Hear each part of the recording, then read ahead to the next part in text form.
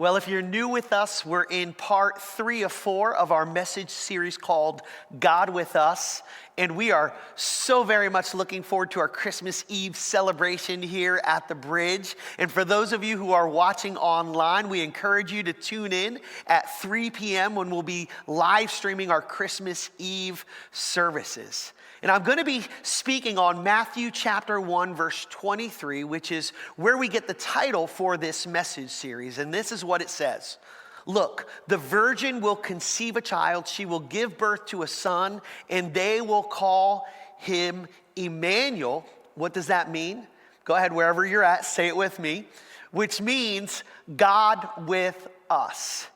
And what we're talking about is the presence of God in different seasons of our life because we experience God in different ways based on what's going on around us. The first week we talked about God's presence in the valleys. And we learned the key principle that while we may enjoy God up on the mountaintops, where we really get to know him intimately is in the valleys. Last week we talked about God in the wilderness. God often whispers in the wilderness. And we might wonder, why is it that God's whispering? And the answer is because he's close. We learned the important idea that our deepest need becomes a gift when it drives us to depend on God. Well, today what I want to do is I want to talk about God's presence in the storm. The harsh reality of life is that more often than not, you're either in the storm, just coming out of the storm, or you're about to go into the storm.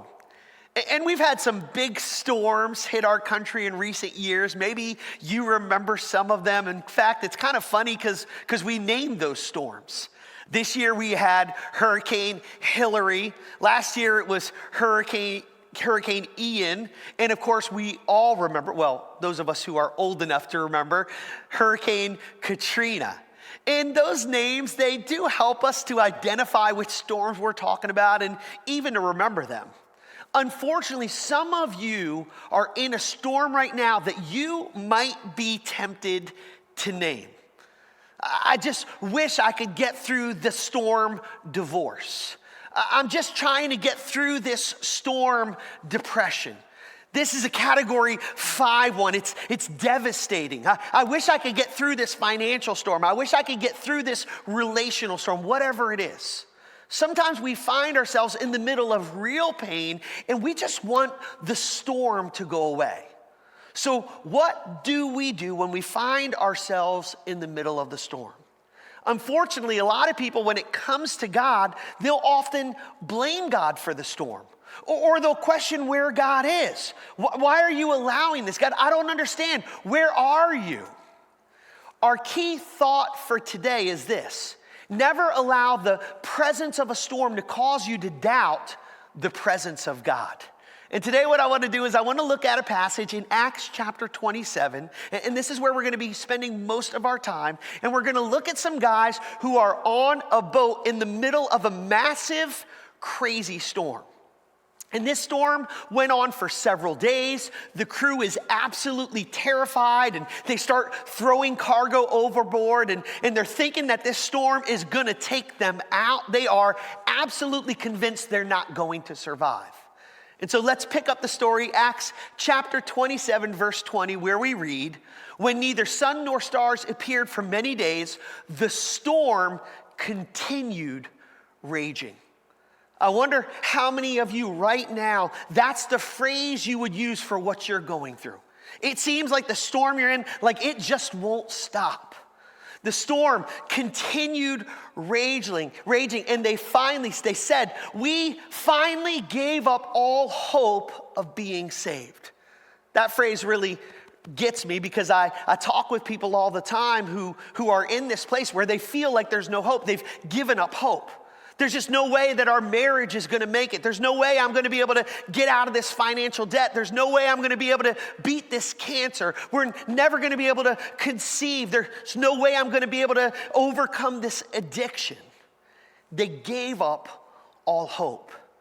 And the storm continued to rage and they gave up all hope. Then verse 21 says, after they had gone a long time without food, Paul, that's the Apostle Paul, stood up before them and said, men, you should have taken from my advice not to sail from Crete. How many of you, if you were on the ship right then with Paul, you would have wanted to punch Paul in the face, right? Because what does Paul do? He says, men, you should have taken my advice. Then you would have been spared yourself of the damage and loss. This is Paul, as spiritual as he was, showing us that he is still human. And he's not above doing what so many of us love to do when we're right. We say the words, I told you so. And I don't know why it is that we get so much pleasure from saying that somehow we feel vindicated by saying, I told you so. But heaven help us if somebody else says those two words to us. We don't take it too well, especially if it's your spouse. I'm just saying.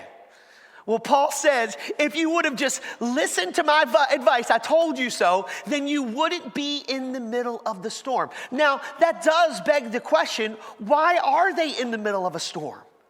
They're in the storm because it was, in fact, their fault. They had made a decision to go out when the environment was risky. Now, have you ever noticed that sometimes Christians, we have a tendency to blame everything on Satan? Oh, it's Satan's fault. It's the devil's fault. The devil did this. Sometimes it's not the devil. Sometimes it's just our own dumb fault. Sometimes you're in the middle of a storm because you spent too much money. Sometimes you're in the middle of the storm because your emotions got the best of you and you said something that you shouldn't have said. Sometimes you're in the middle of a storm because you procrastinated and you put it off, and it's not the devil's fault that you didn't pass your final exam. Sometimes you're in a storm because everybody else told you not to date him. Your mom told you not to date him. Your dad told you not to date him. Your pastor told you not to date him. Your best friend told you not to date him. The fortune cookie at the Chinese place told you not to date him. But you argued back and you said, but he's got so much potential. And it's true, he's got so much potential to ruin your life. And you dated him anyway. Sometimes you're in the middle of a storm because it's your own fault. And maybe that's why they gave up hope, because it was their own fault. I don't know about you, but it's way easier for me to believe that God will get me out of a storm when it's God who put me in the storm. But when I'm the one who put myself there, man, it can be hard to believe that God's really going to help me out of that. We get to think, well, it's really just my fault. I don't deserve to be rescued. And so the storm continued to rage and they gave up all hope. Let me point out that there are some people on the boat who are there and it probably wasn't their fault.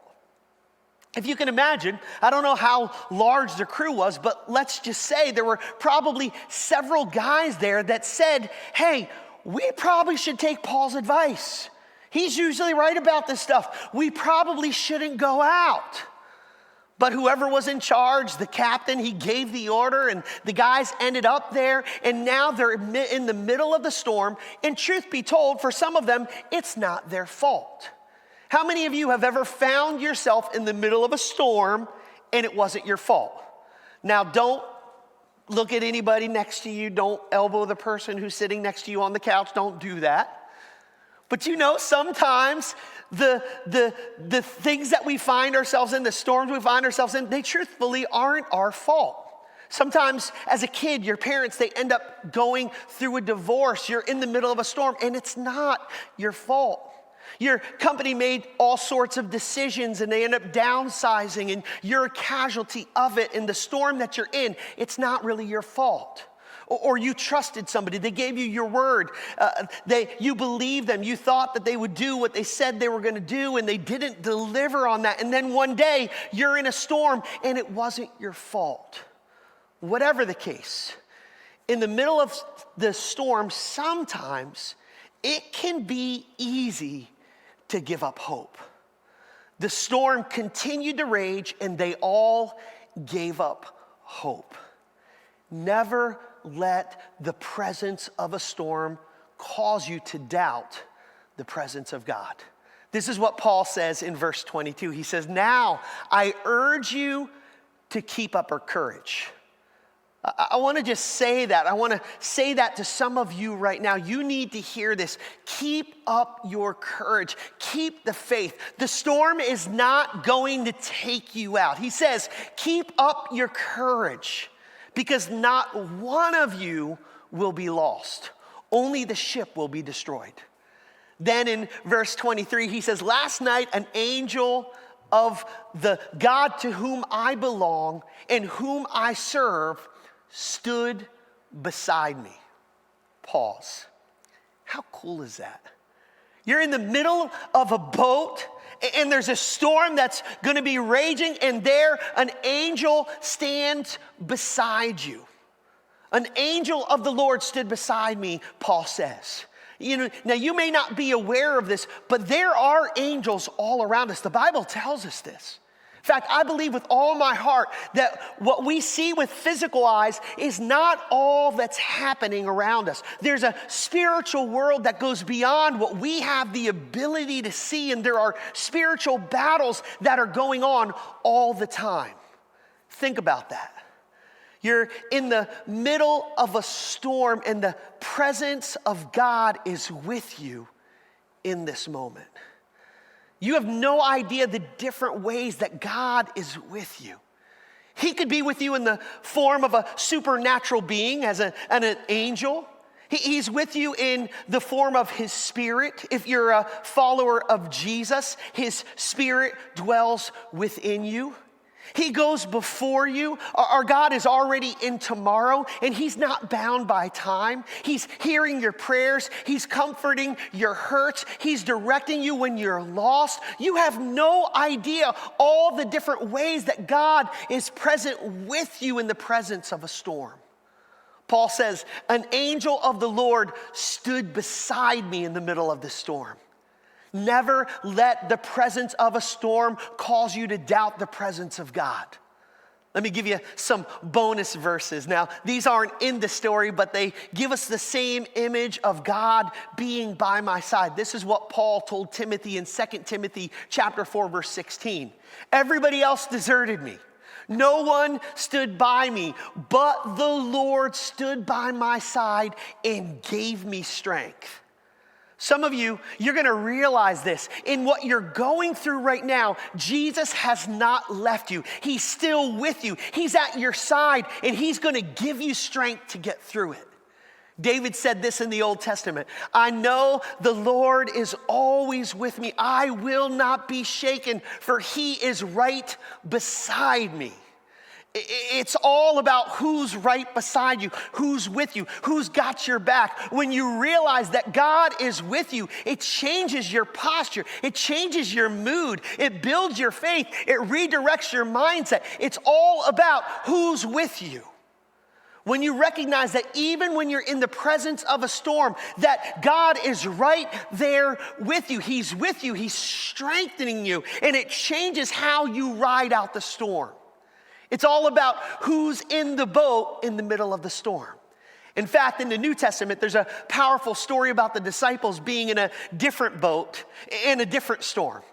And what I find humorous about this one is that Jesus is actually asleep underneath the boat as they're in this really, really wild storm. And the disciples are up there and they're thinking they're going to die. They're freaked out and they're wondering, where is Jesus? This isn't fair. Jesus, why aren't you here? Jesus, don't you care? Aren't you going to do anything about it? And then Jesus comes along and he says, why are you so afraid, ye of little faith? Then Jesus says, peace be still. And in an instant, they experienced peace on the boat. Why did they experience peace on the boat? They experienced peace because Jesus was there on the boat. You see, real peace is not found in the absence of a storm. Peace is found in the presence of Jesus. Real peace isn't found in a trouble-free life. You'll never have a trouble-free life. Following Jesus doesn't mean that you're not going to have a bad day. That's bad theology to think that Jesus is going to do that for you. In fact, Jesus said in John chapter 16, verse 33, he said, in this world, you will have trouble. You will have trouble. That's a promise from Jesus. He goes on to say, but take heart, for I have overcome this world. Real peace is not found in the absence of trouble. Real peace is found in the presence of Jesus. He's with me. He's right beside me. He'll never leave me. He'll never forsake me. The psalmist goes on to say in verse 23, Paul says in verse 23, last night an angel of the Lord to whom I belong and whom I serve stood beside me and said, do not be afraid, Paul. You must stand trial before Caesar, and God has graciously given you the lives of all who sail with you. In other words, Paul, you got nothing to worry about. You can't go down with this ship because God's not done with you. I've got more battles for you to fight. Somebody needs to hear this today. You can't go down in this storm. God's not going to let you go down in this storm because God has more for you to do. He's not finished with you yet. If you're not dead, you're not done. God has more people for you to love. He's got more opportunities for you to serve. He's got more times that he's calling you to be a blessing. You're not going to go down in this storm. The ship may go down, but this storm is not going to take you out. In fact, God will use what you learn in this storm to prepare you to help others as they go through their storms.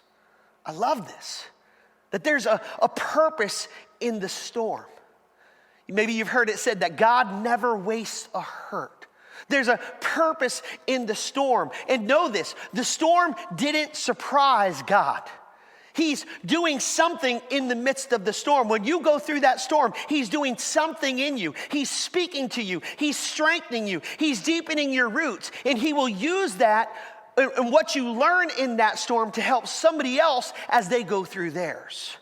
One day you'll say, I've been through a storm just like that. We survived unfaithfulness in our marriage. You can survive yours as well.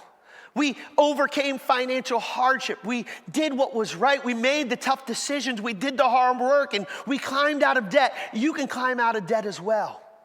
Or I used to be in bondage to this or to that, but by the grace of God, he set me free. And the same God that set me free can set you free as well. And suddenly you start to become an evangelist for the presence of God who never, ever leaves you in the middle of a storm. God is doing something. He's working in you. You don't always know it when you're in the middle of a storm, but on the other side of the storm, when you're safe on the shore, you're going to look back and you say, whoa, man, I wouldn't want to have to go through that again. And I wouldn't wish this on anyone else, but I would never, ever trade it for the intimacy, the spiritual depth, the character, the trust, the faith in my God that is a result of going through that storm. Verse 25, Paul says, so keep up your courage, men. Keep up your faith, ladies. Keep up your faith in God. Keep up your courage. For I have faith in God that it will happen just as he told me. I love that. I have faith in God that it's going to happen. My faith is not in what I see. My faith is in what God says. I have faith in God in that what he says is going to come to pass is actually going to come to pass. I have faith in God that he's going to make it happen. My faith is not in the boat. My faith is in the one who commands the wind and the waves. My faith is not in the ship. My faith is in the one who created the trees that made the ship. I have faith in my God that he'll make happen what he says is going to happen, and that he's going to deliver us through this, that he'll be providing for me, that God will bring healing in the middle of the storm and I'll experience his peace. I have faith that God will make it happen. Here's the bottom line. You can't control when a storm blows in. You can't control how severe the storm is. You can't control how long the storm lasts. You can't control what people say about you. You can't control what people do to you. But what you can control is what you believe. And what you can control is where you put your faith. Paul says, my faith is in the one who created the wind and the waves. My faith is in God. I have faith in God that what he says will come to pass will come to pass. And when he says that, who is he talking about? Who is God? The psalmist tells us in Psalm chapter 46, he says, God is our shelter. In the middle of the storm, he's our hiding place. He's our safety. He's our strength. He is always ready to help us in our times of trouble. Why? How? It's because he's Emmanuel. It's because he's God with us. It's because he's God who is by our side. He is God with us. We will not be afraid, or even if the earth is shaken and the mountains fall into the ocean depths, even if the seas roar and rage and the hills are shaken by violence, even with all that going on, the storms of life raging, the psalmist says, we don't have to be afraid. Why? Why? Because God is with us. We could say it this way. Even if I lose my job, even if the relationship falls apart, even if the economy gets shaky, I still don't have to be afraid. Why? Because he's with me. Because he'll never leave me. Because he'll never forsake me. Because he is what I need. Because he is my safety. He is my refuge. He is my rock. He is my strength. He is my comforter. Because he is my source. Because he is my redeemer. Because he is my righteousness. Because he is a friend that sticks closer than a brother. Because he is the living bread of life. Because he is the living water that satisfies my soul. And he is the gate through which I enter, and he is the guide who directs my steps, and he is my comforter that ministers to me in my times of need. He is my peace. See, peace is not found in the absence of a storm. Peace is found in the presence of Jesus, and he is with me. The virgin will be with child, and they will call him Emmanuel, which means God with us. And that's why you never let the presence of a storm cause you to doubt the presence of God.